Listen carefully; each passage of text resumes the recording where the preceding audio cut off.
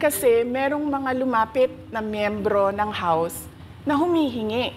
Hinihingi nila yung 5 billion, parte ng 5 billion na budget. So sinabihan ko yung isang congressman, sabihan ninyo si Martin Romualdez na hindi pwede chap-chapin ang classroom construction na 5 billion. Kaya kung makikita ninyo sa budget proposal na approved ng Office of the President, 5 billion yon. Pero nung lumabas yung GAA o yung budget approved noong 2023, naging 15 billion siya. Dahil hindi nga ako pumayag na kunin yung 5 billion, dinagdagan nila ng 10 billion yung classroom construction ng Department of Education.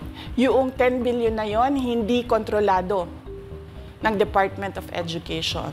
Controlled yon ni Congressman Zaldico at Congressman Martin Romualdez.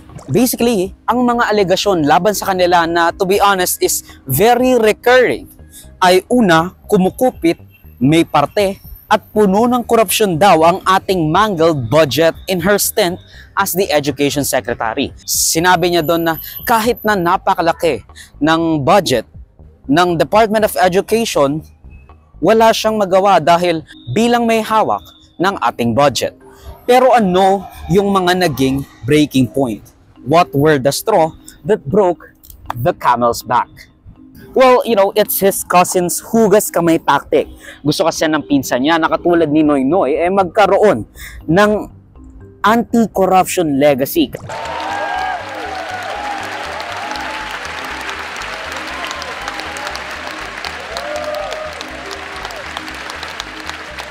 Mahiya naman kayo sa mga kabahayan nating naanod o nalubog sa mga pagbaha.